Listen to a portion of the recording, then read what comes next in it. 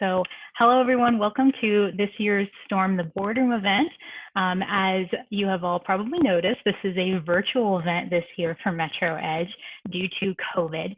And we thought this would be a great webinar to be doing for Storm the Boardroom because it really allows us to leverage our great partners in the community, but also take this time to educate our edgers and our members about board service and really what does it mean to serve on a board, what questions might you have, and what impact can you make in the community, of course. So a few housekeeping items before we get started. You've probably all noticed that all the participants for this event are muted. So that's just to keep our event moving, but of course we would love your engagement throughout the event. And you'll notice that at the bottom of your screen, you'll see a Q&A form. So please, as you have questions throughout the event, please type them in and submit. The hosts are able to see all of the questions you submit, and we will have time saved at the end of the webinar to answer all of them. So please, please, please, as we go throughout this board service education training, please type your questions in there. And with that, I would love to introduce both of our wonderful speakers that are joining us today, both from SMUD. We have Trish Lindvall and Rhonda Staley-Brooks. Welcome. Thank you so much for, there we go, we got the wave. Thank you so much for joining us today and for doing this board service education training. A little bit about our speakers. Trish is the SMUD Cares Program Manager at SMUD. She's been with SMUD for over 12 years. And before that, she was with Parks and Recreation for over 25 years. And her passion is really getting that direct community engagement with employees. And that is wonderful because her role at SMUD is running all of our volunteer and giving programs and initiatives, which includes all of the board service involvement that SMUD does in the community. So welcome, Trish. And then we have Rhonda, and Rhonda is the Manager of Community Development, Outreach, and Education at SMUD. And Rhonda has been with SMUD for a little over a year. I think she can tell you exactly how many days she's been with SMUD, but she comes to SMUD with over 18 years of experience in the nonprofit and board service realm, specifically as the Executive Director for Big Brothers Big Sisters Sacramento, and also the Nehemiah Community Foundation. And at SMUD, she manages all of the community outreach, all the different initiatives, the education, the energy efficiency programs. It's quite a lot. And I'm so excited to welcome both these ladies to this event today because they are a wealth of knowledge when it comes to not only nonprofits, but board service. And very excited to have them share this content with you today. So I will be handing it off to them and they can go ahead and jump right into the event with the time we have. So welcome, Trish, and welcome, Rhonda. Thank you. Thank you so much, Kelly. I'm excited to be talking to you guys today. Board service is one of those things that I'm really passionate about. It's a great way to deepen your involvement in the organizations. Can we go ahead and switch over to the presentation? Yes, you have to unshare the housekeeping. Perfect.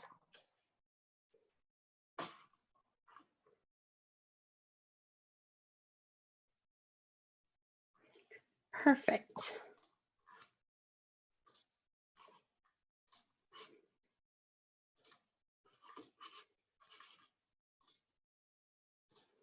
So unfortunately, it looks like I may not be able to request control of Rhonda's. Did it go through?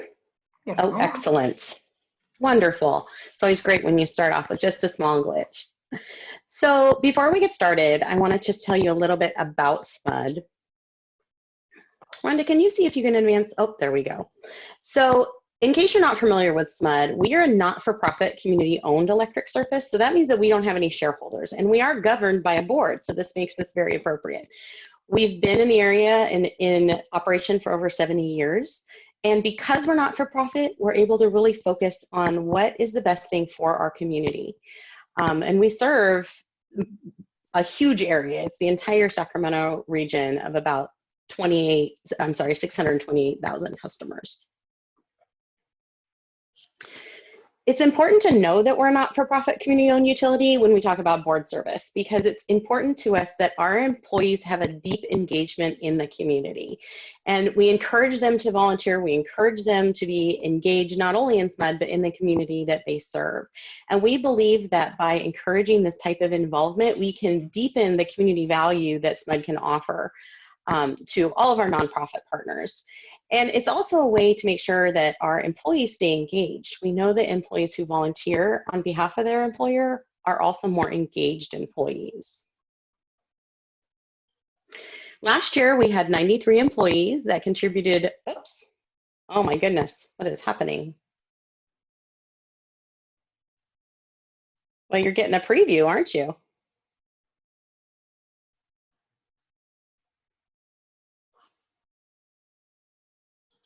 Rhonda, are you able to skip back? It says I have control, but I am not able to control.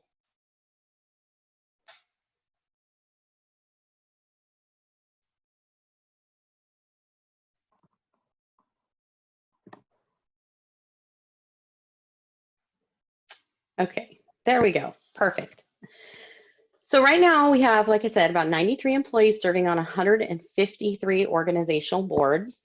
And when you think about that in terms of service, it's over $360,000 that SMUD is contributing to the community. Next slide.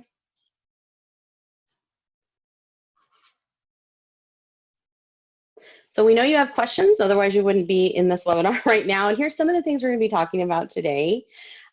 If I'm so busy, why should I serve on a board? We know it's hard to find a board. How do you start? What happens if you make a mistake? How do you know what it means to be a board member? How do you choose?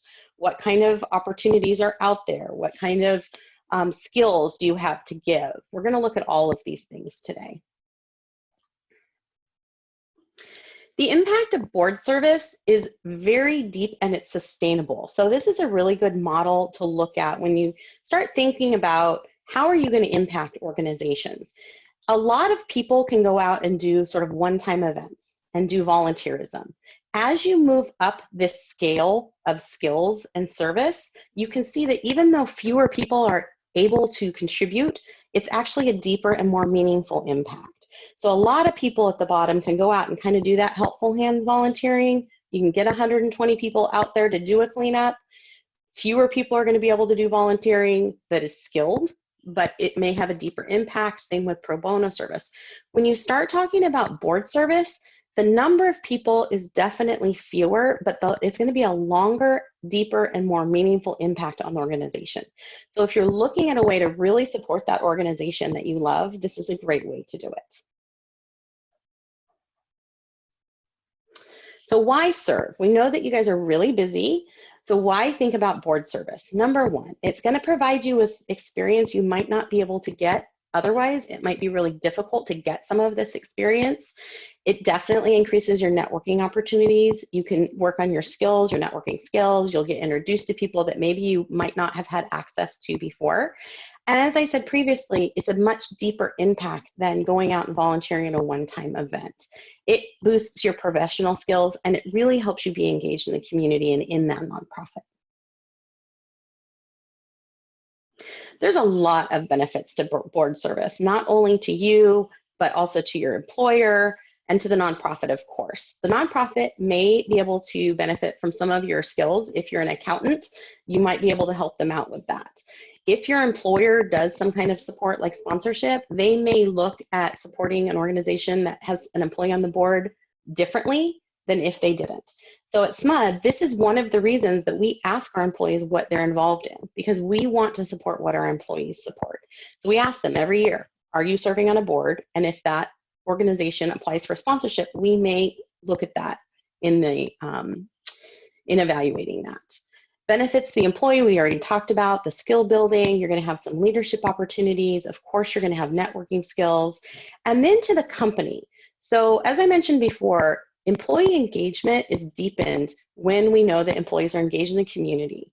And also we can leverage these resources. So we have a lot of resources at SMUD. We have accountants, we have financial analysts, we have engineers, and we can leverage some of those skills to benefit our nonprofit partners. It also deepens this partnership that we try to have with all of our nonprofit partners. So how do you find them? Where are they? Well, the great news is there's over 280,000 nonprofits in California right now, and all of them have boards. And there's even better news, and that is that in Sacramento County, there's over 12,000 nonprofits, and all of them have boards. And just to put that in perspective, the Sacramento region, it has more nonprofits per capita than any state except for Washington, D.C. It equals about one nonprofit for every 125 people. So there's a lot of opportunity out there. Before you start looking at boards, it's really important that you understand the types of boards that you're looking at. So Ron is going to talk more about how do you actually find the board, but before I transfer it over her, I just want to talk about what are all the different types. So there's working boards, and usually this is something that's a very small nonprofit, and usually on the board, you're also going to be functioning as some kind of staff. And then you also have to realize that if it's a working board, sometimes you might get caught up in the product management, so the doing of stuff, and you might forget that you're there to govern, and you might set aside that governance function. So it's really important, if what you're looking for is a working board, that you understand what it is and you understand sort of what the pitfalls of that is. Then there's advisory boards. Advisory boards typically are appointed. They aren't necessarily elected, and they don't usually have any authority on their own. They usually are put together to educate whatever board or governing body that they report to. So for example, the First Five Commission has an advisory board, and the advisory board is there to kind of get all of the details, sort through it, read through the reports, and then make recommendation to the actual committee. The fundraising board, this is an important one because frequently a fundraising board is a board in name only. Your function on a fundraising board is exactly what it sounds like. You're going to be expected to raise money, and usually a lot of money. So it's great if that's your thing, but make it very clear what the expectations are when you're looking at this type of board. Governing boards, so the SMUD board is a governing board. It has the authority to direct and control. The board members are elected. It has full authority to act as SMUD, as one SMUD. It sets our direction, and it really focuses on the big picture. Governing boards are usually legal entities that are connected to the organization. So that gives you an idea of what the different types of boards are and a little background on SMUD. So I'm going to go ahead and hand it over to Rhonda to tell you how to find that perfect board for you. Thanks, Trish. Welcome, everyone. You really have to ask yourself these two questions. How do I find an opportunity that works for me? And what do nonprofits really want from their board members? So we're going to dive into this just now. And speaking of different types of boards, there are appointed boards, there are commissions. We're talking right now community-based organization boards when we focus on this topic today. So before you start, do you really want to be on a board? All right. So I wanted you to look at this screen, and I'm going to just say a quick thing about finding your passion. You're doing this in your volunteer time for most of you, or you might be doing it as an appointment by your employer. But if you're doing this in your own time, you want to find your passion. Even if you're doing it for your employer, you want to ask your employer, is that something that you're passionate about? Because you will spend a lot of time on that board. So look at the screen and let's identify some of the things that are really important. Are you willing to be an enthusiastic advocate? And what does that mean? Would you put it on your Facebook page? Would you talk about it over a happy hour with your friends? Would you talk about it in a staff meeting? If it's something that you can't be enthusiastic about, why would you want to join? Do you enjoy collaborating with others? The difference here is that in your volunteer time, you're going to be working with other people with different backgrounds, different opinions, and you have to be able to come together and sometimes an agree to disagree or a consensus basis when you're in the board meetings.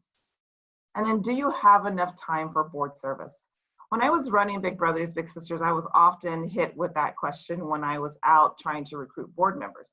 I don't have enough time. I don't have enough time. That would be the ongoing message. And I would be like, dude, you know, I'm running this nonprofit. I got twin boys. I got all these things going on in my time. You can make time for what you are passionate about. And that's why you have to find an organization that you're passionate about. So narrowing down your search, it always starts with you. You know, what fuels you? What's the thing that you want to get behind? What's an issue out in the community that you want to get behind and make sure that it's there for others? What skills do you have? What skills don't you have? We often forget we want to go to the table and we want to know it all when we go sit on the board, but actually you should be taking that opportunity to learn new skills. A board is an opportunity to practice and learn, as well as give what you already know. And just keep that in mind. So I worked for a nonprofit and I was like, well, I can't go sit on the Boys and Girls Club board. That'd be a conflict of interest with Big Brothers Big Sisters, right? Or I can't go sit on another leadership SAC board. I run Nehemiah Emerging Leaders. We're doing the same work in the community. So how do you think outside of you're in a conflict? You want to do something within your field, but you don't want to conflict with your day job. So when I was at Big Brothers Big Sisters, I was like, what can I do? What can I do? What can I do? And I actually joined the board at Sac State. So it's my alma mater. I went there and I loved educating. And said instead of educating little people, I was working toward the education for older people. So that's a way that I could fuel my passion at the same time of doing something that I could really enjoy. So you have to just say, okay, what can I do? When can I do it? And what can I contribute? So they're going to ask you to make a contribution. It is going to be very hard to sit on a board and you don't write a check yourself. So you have to decide what size check that is. Is that a $100 check? Is that a $500 check? For me, is that a check that I have to ask my husband about? Right, so that's a sacrificial check, right? So make a contribution because you can't go ask other people to give when you haven't given yourself. So think about that when you're narrowing down your search. You know, are you already donating to that organization so it's a natural fit because you can speak to what you see, the work that they've done. Check out websites, talk to friends, make sure you narrow down your search with what's going to feel comfortable for you. So there's different resources to help you because you're probably sitting, if you never served on the board, and there are many Nehemiah people on this call, so I already know you guys have served on a lot of boards. There are many people on this call who have not served on boards before, so where do I start? If I don't have a program that helps me get into boards, what can I do? The most helpful to me would be the Charity Navigator and the Big Day of Giving, because they actually have done the work. They've looked at the 990s. They can show you who's on the board. They can show you how many kids they serve or how many adults they serve, how many foods they serve to the community. So that's a real good opportunity to have that work done for you. So you have to do the research. Go out and find these things. Boardservice.org is, and also boardnetusa.org are good website as well. There's also a lot of trainings and support that you can get from websites like that. Now you found something and you got to ask a lot of questions. What we get into a habit of saying is that the board, I got to pass the board interview. When I meet with the executive director or the CEO of that organization, I got to pass their board interview. And then I always flip that around and said, well, did they pass your interview? So did you interview them just as they were interviewing you? And here are some of the questions that you should ask when you go out. You know, can you visit a board meeting once before you commit? Is there a conflict of interest between what you do and what the organization does? Have they filed their 990s? Have they done an audit? All these things you should be asking the board before you join, so that you don't go in there blinded. So just as much as they're interviewing you, make sure that you're interviewing them. So very important questions on this page. If you want to go ahead and just take a snapshot of this one, of all the pages, this is the best one here. Like, when are these meetings? right? Am I signing up for 6 meetings in a year, plus 5 working committee meetings, plus 3 events? Now the time is starting to add up. If you don't ask, you don't know, all right? So am I doing a meeting that's at noon, or am I doing a meeting at 6 o'clock? And if I'm doing a meeting at noon, will my employer support me going to my board meeting in noon?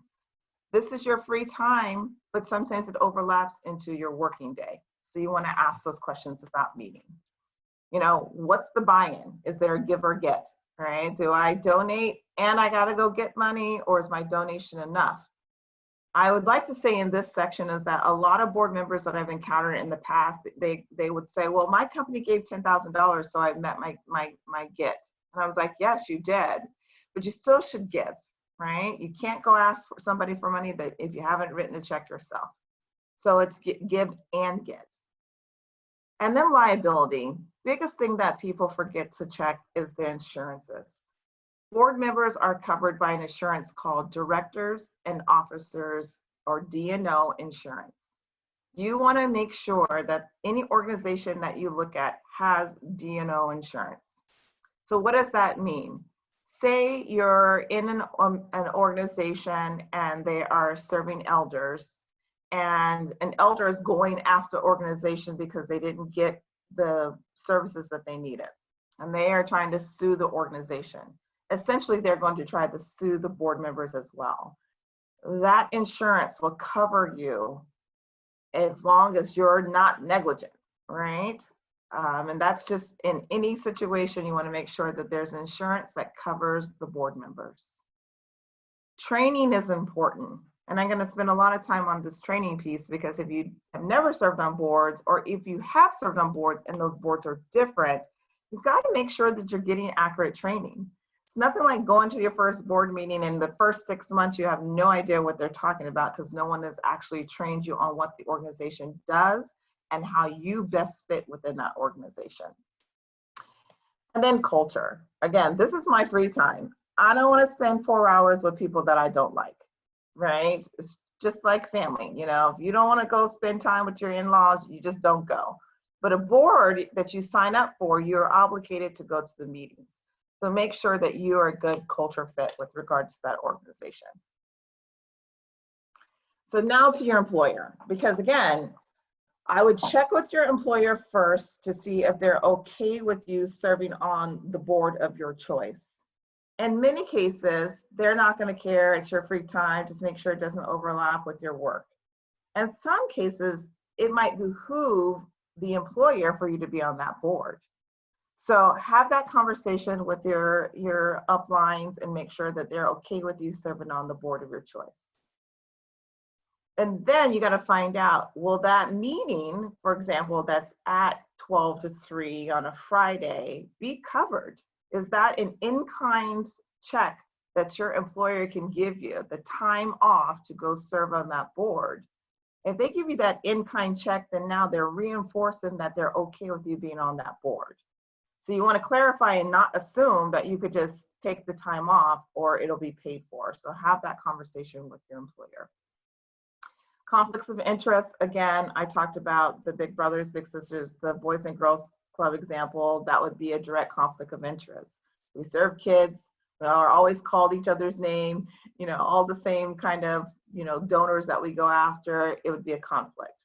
So making sure that there's not a conflict or anything in policy that would, you can't speak for the employer, you're only speaking for yourself when you go to the board meeting. Those are things that you have to clarify. And then if you're trying to sell this to your boss, sell it as that, you know, you want to go utilize your skills and sharpen new skills that you can come back and practice at work, right? So be really clear about this is a win-win for everybody when you serve on a board. And then what should you do if the organization asks for your employees' financial support? Political is a whole new ballgame, right? Like this is it's just so many things going on. Black Lives Matter, our president number 45, there's lots of things going on. So you don't want to politically get into something that will be conflictual to your employer.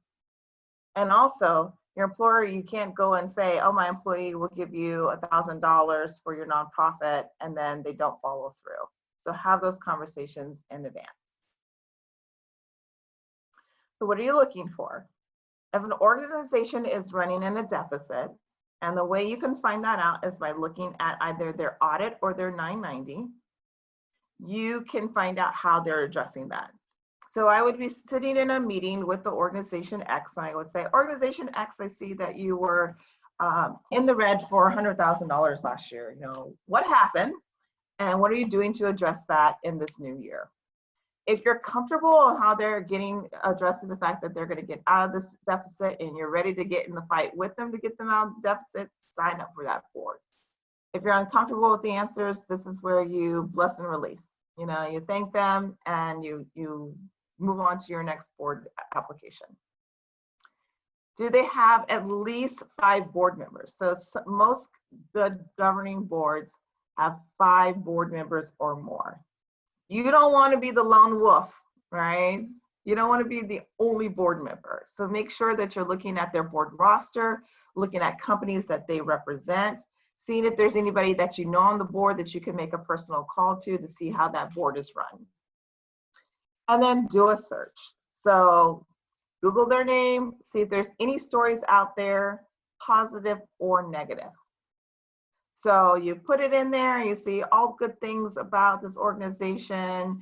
You want to ask if they've had any, blemishes on their record in the past, and how did they deal with that? And is there anything out there that you were really excited about? All right. So we talked a lot about this stuff already. So make sure the organization provides training, a safe, secure environment in which they conduct their meetings, the insurance that I talked about in good detail, full disclosures before voting on any issue, very, very important, and outside expertise when needed. So if there's a board issue and you need a moderator, are they willing to bring a moderator into the boardroom? If there's training that's needed, guest speakers, are we willing as an organization to entertain bringing those people out? So now I found this opportunity, now what do I do with it, right? So you want to accept the assignment and follow through. It's nothing worse than to accept the assignment, not go to the meetings, not do the assignments, and they plaque you. Now, if anybody knows what placum is when they give you a plaque, thank you for their service, but they really don't want you to come back. And you don't want to get your plaque before your 2-year commitment is up, right? So make sure you follow through on all your assignments. The one that I want to spend a moment on is be a great ambassador. If you're not willing to wear the t-shirt that they have that is the breast cancer awareness, you're not willing to put it on your Facebook, you're not willing to talk about it on Big Day of Giving, then this is probably not the right board for you. You want to be a great ambassador. And what I mean by that is you want to be the walking champion. So one of my Nehemiah fellows was online the other day, and there was a grant opportunity, and they started tagging people in the Facebook post that they knew were on boards that could probably go for that grant. That's being a great ambassador. You see something, you immediately think of your nonprofit, you tag the staff at that nonprofit to look at that opportunity. That's being a great ambassador, right? Second to that, on Big Day of Giving, you talk about the why. Why did I choose this organization? And not just on that one day, but you're going to do it a couple times throughout the year so that people know that you're on the board. The minute you sign up and you're on that board, you should be making an announcement. I'm so excited to be on the board of X, right? That's what I mean by a great ambassador. So be out there with the microphone, champion the organization that you sit on. Sac State can call me for anything right now, literally anything. I've been sitting on the Sac State Alumni Association board for the last 5 years. President Nelson can call me on his cell phone right now and ask me for my opinion on something. I'm there, right? Like I am hashtag made at Sac State, right? Now I won't do the stingers up part, but I'll do everything else, all right? So I want to be that kind of person for any board that I sit on. And if I can't do that, then I won't sit on that board. So finally here, it talks about coming to the meetings prepared and asking thoughtful questions. Don't be just the guy that checks off on the audit, you know. Don't look at the monthly financials and go, I don't really know how to read it, so it looks good, you know. Make sure you get some help, you know. Ask the board treasurer to kind of explain it to you and outside the meeting if you don't understand the numbers. Go in prepared to ask some really thoughtful questions, right? And serve and do it to the best of your ability. So be committed. Don't micromanage the executive director, right? If you didn't hire well, then that's a whole nother conversation. If you've hired well, don't micromanage the ED. Make sure you're there to support and enhance the work that they're doing. Bring your passion to the table. Keep it honest, professional, and definitely have integrity when you're serving on the board. And in all likelihood, you're going to be given a lot of time in your financial support. So know what you can do. You know, no is a full sentence, right? But you want to make sure you know in advance the things that you're not going to be able to do. So for an example, if you can't do Saturday meetings and there's only one, but you can make the other 5 meetings, then be honest up front about what you can do. But also make sure you're putting those dates in your calendar, right? That's the best way to do it. If it's not on my Outlook right now, I'm going to forget it. So calendar your board meetings just like you would calendar the rest of your life. So treat it like a job, right? You want to bring your best self to the board. You know, don't give them half you, give them all of you. You know, understand who you're representing. If you're representing, if I'm going into the board and I'm representing SMUD, or am I coming in and I'm representing RSB? Two different things, right? Be discreet. Not everything that's said in the meeting can be or should be repeated. And that's where the confidentiality comes in. Confidentiality is very critical. You don't want to hear on the streets that your organization is having hard times, right? So if you're out there fundraising because your organization is having hard times, then the board should agree on what type of message should go out in the community. So it's not going to be like, hey, you guys, we're in the red, we need money. Like, okay, no, so we're having some struggling times. And as a board, you guys have decided with the executive director on how that message is going to get out to the community. So respect disagreement and don't make it personal. I've sat in some really, I would say bullheaded meetings where people didn't get along. They've made it about themselves and not about the organization. And it's very important that you got to respect that you all don't come from the same walk of life. And you shouldn't, right? You should have diversity of thought, diversity of how people look, diversity of where people work, diversity of what part of the region people live in. You should have all of that sitting on your board. If everybody is cookie cut, it's probably not the board you want to be on, right? So you've got to respect that when you put all that and you blend it all together, that there's going to be some disagreement at times. So how do you move past disagreement? Support board decisions as well as the organization staff. So what happens sometimes is that we get so focused on just being the board that we forget that there are 10 to 20 people that are working day to day in the work. So you just have to make yourself conscious of, you know, thanking them and being a champion for the staff just as much as you are for your board. So now you've served, how do you get out? All right. Remember, board service is a great opportunity for skill building that can translate on your resume. It can translate in an interview for your next job. If you do this right, then this organization will champion you on your next board or your next work opportunity. If you did this wrong, you won't be able to use them for a reference. So how do you do this right? Be clear at the start about your expected term of service. So when I started at CSUS, I was filling 1-year term. Somebody who was leaving the board. They left the board in the middle. I took their last 1 year. When I was asked to re-up, now I'm committing for 3 more years, okay? So I could have left at the end of the 3-year mark. I would have did a term of 4 years total for Sac State. However, I decided that I wanted to be a leader within the organization. So I took on VP roles until I was able to be the president of the board. That added 3 more years to my already 4 years. So I will leave at 7 years. I knew all of that going in. There was no surprises. If you wanted the leadership role, you had to be the incoming chair, the current chair, and the past chair. And anybody can add, that's 3 years. So make sure you are very clear about the term limit that you are signing up for. Give the executive director a heads up early if you're going to be leaving before your term is up. You might have a move, you might have a job change. Those things are totally okay as long as you communicate. What we do not want to see is someone just disappear. Like, I'm so busy at work, I have all this stuff going on and I'm not communicating with the nonprofit.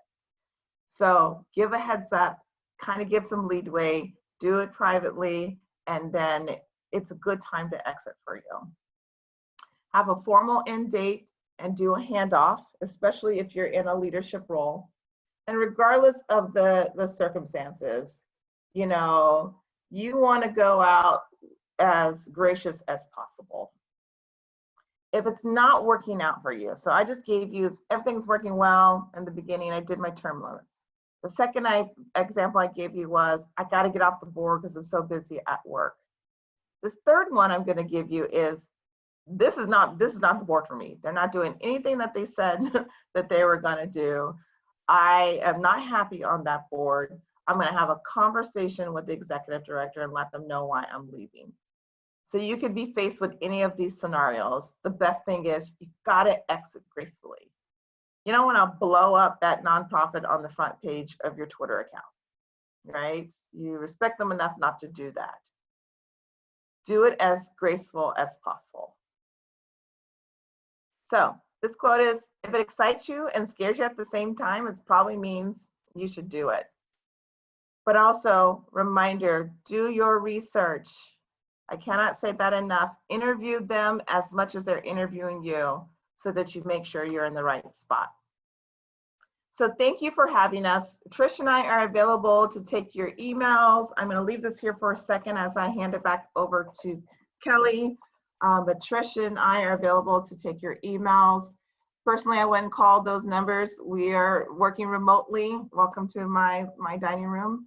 I would email us and we can get back to you. Thanks, Kelly. Awesome. Thank you, Trish, and thank you, Rhonda, so much.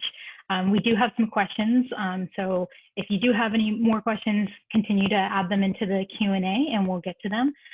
But let's start off with some of the questions we already have. So the first question is, how would you approach a board that you are interested in joining? Well, that's a great question. I would definitely, if you have anybody that is already with that organization, if you have friends, excuse me, that are already serving on the board, you can ask for an introduction. You know, just ask. You can call them, you can email them. If you've been volunteering with them for some time, you might already be familiar with them and them with you. And that's a great point too. If you're interested in an organization, look to what you have done with them previously and let them know that you're looking to deepen your involvement.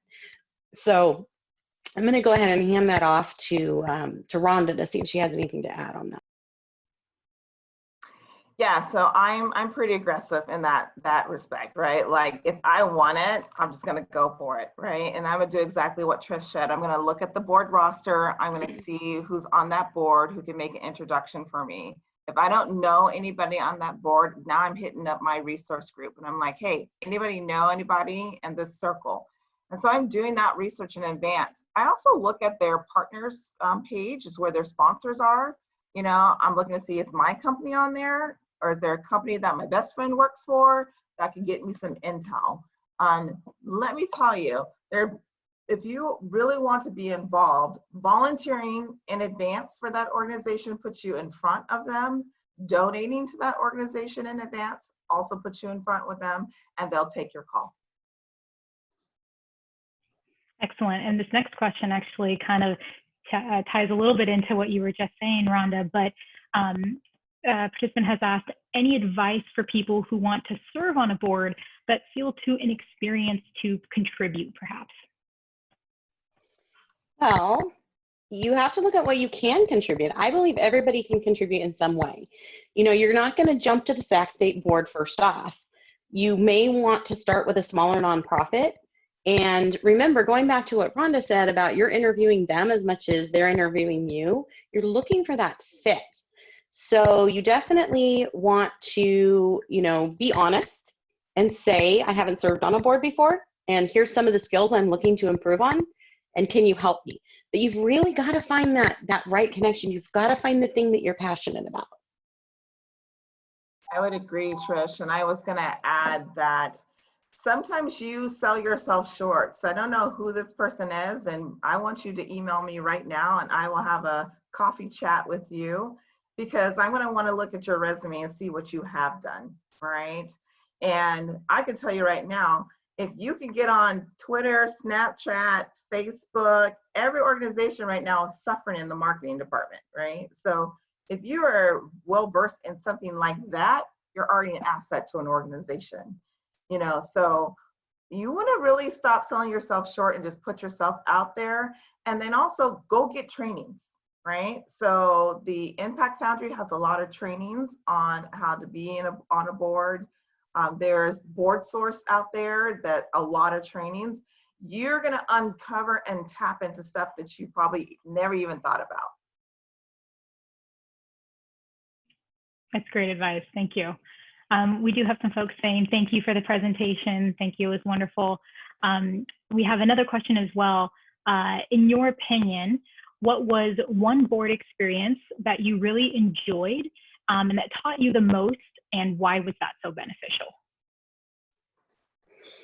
So I would have to say, the reason I used the First Five committee earlier was because I was on the First Five advisory committee for 7 years, I think it was.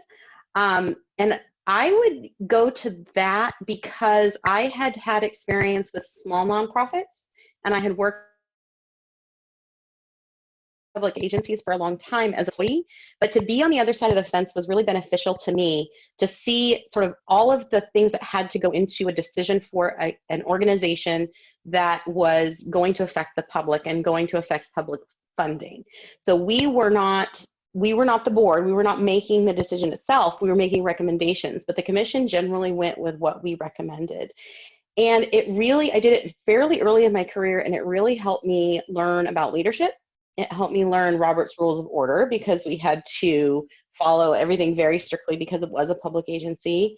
It helped me with strategy. It helped me with collaboration. It helped me to learn how to really work with people from all walks of life and all different organizations.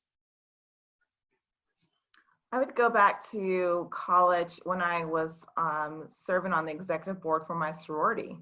You know, I took on roles like the treasurer, and like, I don't know what the heck I was doing. I barely got out of accounting 1 and I flunked out of accounting 2. So like, what the heck am I doing being the treasurer of any organization? But because I got that experience, you know, I was more comfortable around financial statements when it was my turn to actually lead an organization. So I did that. I went out of my comfort zone. I could have easily done the community service chair, right? I was working at Big Brothers Big Sisters when I was a sophomore in college. So I did 8 years of Big Brothers Big Sisters program side before I became their executive director. And I gotta tell you, that experience in my sorority doing something that I had never tried before helped me, because I got to the seat, the CEO seat, and my board members who had that financial acumen now I can meet them at least halfway, because I had practiced on a smaller scale. So, you know, think back to things that you have done or things you're involved in right now, maybe committee work, and really think how that transforms you as a leader. I was 29 when I got appointed as CEO at Big Brothers Big Sisters. and I didn't know jack, right? So a lot of it was trial and error, and that's how I feel about board services as well. Don't take the comfort zone. I could easily take the community service all day and twice on Tuesday, right? I knew everybody in the community. I take the treasurer role because I needed that experience. That makes great sense. Thank you. Another question we have, with most meetings nowadays taking place virtually, of course, what are your thoughts on, should YPs, young professionals, consider serving on boards outside their own communities, or maybe not direct in the communities? What are your thoughts on that in our new COVID world? I would say that's a big yes. Again, it goes back to what interests you. What is your passion? If your interest is something that is nationwide, is there a local branch maybe that you could serve on that board? But if it's something that there's not really a reason that you shouldn't be serving on a more nationwide board. If your desire though is to impact the Sacramento community, you should probably focus there first. I just keep going back to it. It really depends on you and what you want out of this experience. Yeah, that's exactly right. For me right now, I'm all about transforming Sacramento region. So everything I'm going to do right now is going to be on a Sacramento centric. I'm going to be living and dying in this community. This is what I'm doing. If I had bigger goals and aspirations, I have opportunities to go out and do that as well. So I think you need to look at like your roadmap. What's your 5-year, your 10-year look like? Because those opportunities now will help you down the line. So in 2012, I went through a leadership program called Leadership California. So right now, I got contacts up and down the state that I could go. I'm a part of a large network of women, executive leaders, that I can go and tap if I wanted to do something up and down the state. That's going to be more of desire to me than tapping into Texas or tapping into Florida, which, it is what it is, right? So it really depends on what your long range goals are. For me, in the next 5 to 10 years, it's going to be statewide initiatives. But right now, in this plan that I'm in, it's just local. Great, thank you. And our last question today before we kick it off to some of the great takeaway docs that we have, we'll be covering those next briefly. We've covered so much ground. You've covered so much ground today throughout this training. We have a lot of amazing young professionals on the line. If there is one thing you want them to take away from board service and today's training, what is the one thing you would want them to take away from today and really remember? Just do it. Don't wait for that perfect opportunity. Don't hesitate because you think you don't have the experience. There's a board out there that is going to be incredibly grateful to have the experience that you have, and you will be better for this experience. Even if, like Rhonda said, even if it's not the perfect fit for you, you are going to learn something from that experience. You are going to get some networking out of that. You're going to brush up on your skills, and that's going to lead you to your next opportunity. And that'll lead you to your next opportunity. And it's really just something that you just shouldn't hesitate on. I'm scrolling down the attendees list, and I probably know about a dozen of you guys. And the biggest thing is be your authentic self, right? Like, you gotta show up in the way that you are and be who you wanna be and match that skill set and that passion to where you're gonna serve. If you do that, you could get so much more out of life. I don't perpetrate for anybody. This is who I am all day and twice on Tuesday. I know people are shaking their heads on the call right now. You got to be your authentic self, find your passion, and just go for it. If you're scared, then you're going to sit in that same seat that you're in right now. Like, opportunities are not going to come to you. You're not going to be able to build your resume unless you do more things outside of your day job. So no excuses unless you got triplets. You can't beat me. I gave 2 babies at once. So unless you got triplets, there's no excuse that you don't have time to do anything more in your schedule. You just gotta get started, find your passion, and bring your authentic self all day and twice on Tuesday. Awesome. Well, thank you so much, Trish, and thank you so much, Rhonda, for a great presentation today. To kind of wrap up our event in these last few minutes, we've got this great education we just got, but how do you take the next step in your board service journey? And I know, Rhonda and Trish, you presented a few resources in your PowerPoint for research, but Metro Edge has also put together a few takeaway docs that everybody on the call today will receive after the call. And I'd like to introduce Alex Eckert-Smith, who is the co-chair of the GIVE committee, and she'll be just briefly going through what those documents are that you'll be receiving after today's call. So again, you can take the next step in your board service journey. That was absolutely phenomenal. I really enjoyed that. Thank you, Trish and Rhonda. The twice on Tuesday thing is great. I'm going to remember that. I'm Alex. I work for the NPR station here in Sacramento, and I am the co-chair to GIVE, as Kelly mentioned. I just want to thank everybody for coming out today. To all the participating individuals and the orgs that showed up, it just means the world that you're here for this, especially during lunch hour. That participation does not go unappreciated. So we hope you learned something today. I know I certainly did, and I helped organize this event. So I think there's something to take away for absolutely everybody here. And as Kelly mentioned, we're going to have a follow-up email that's going out after this event. And to aid in that journey up the pyramid, we are including some takeaway documents.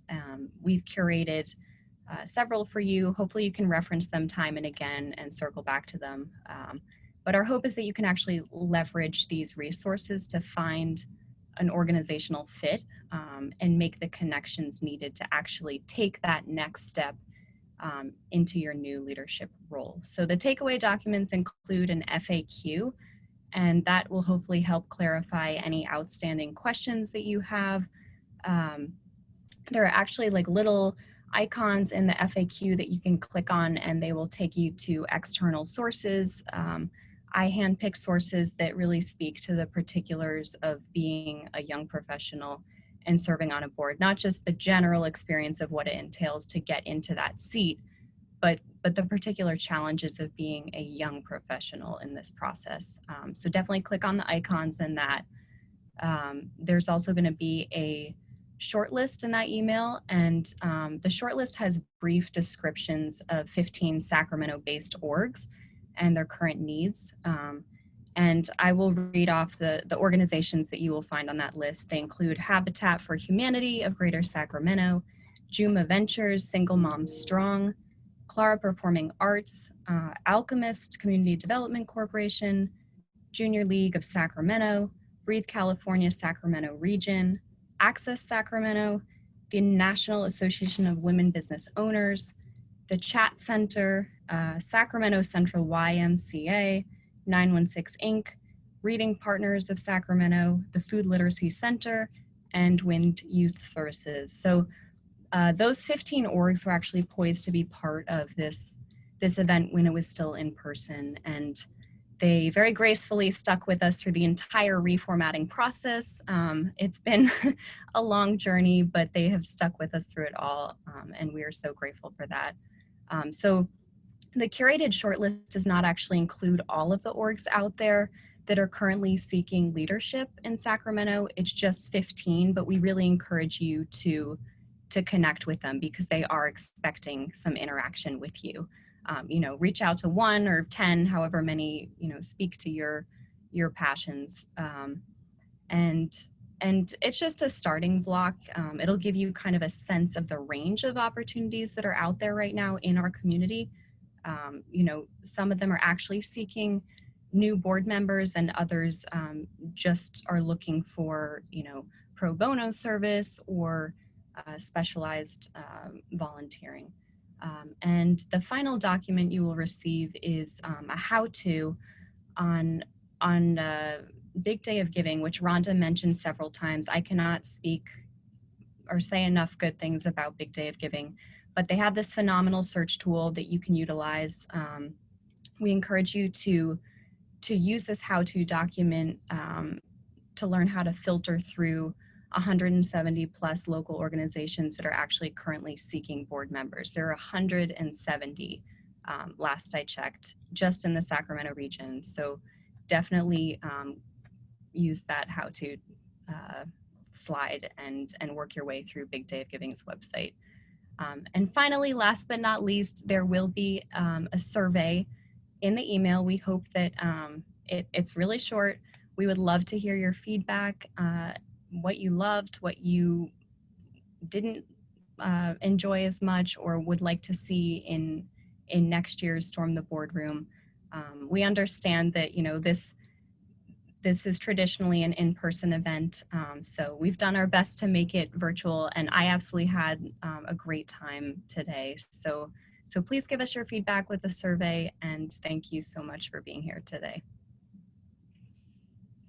Thank you, Alex. And we're going to end on time. Yay. Love when a webinar ends on time, especially during the lunch hour. So thank you. Yeah, thank you everybody for joining today, and enjoy the rest of your Tuesday. Yes, Tuesday. Twice on Tuesday. Thank you, everyone.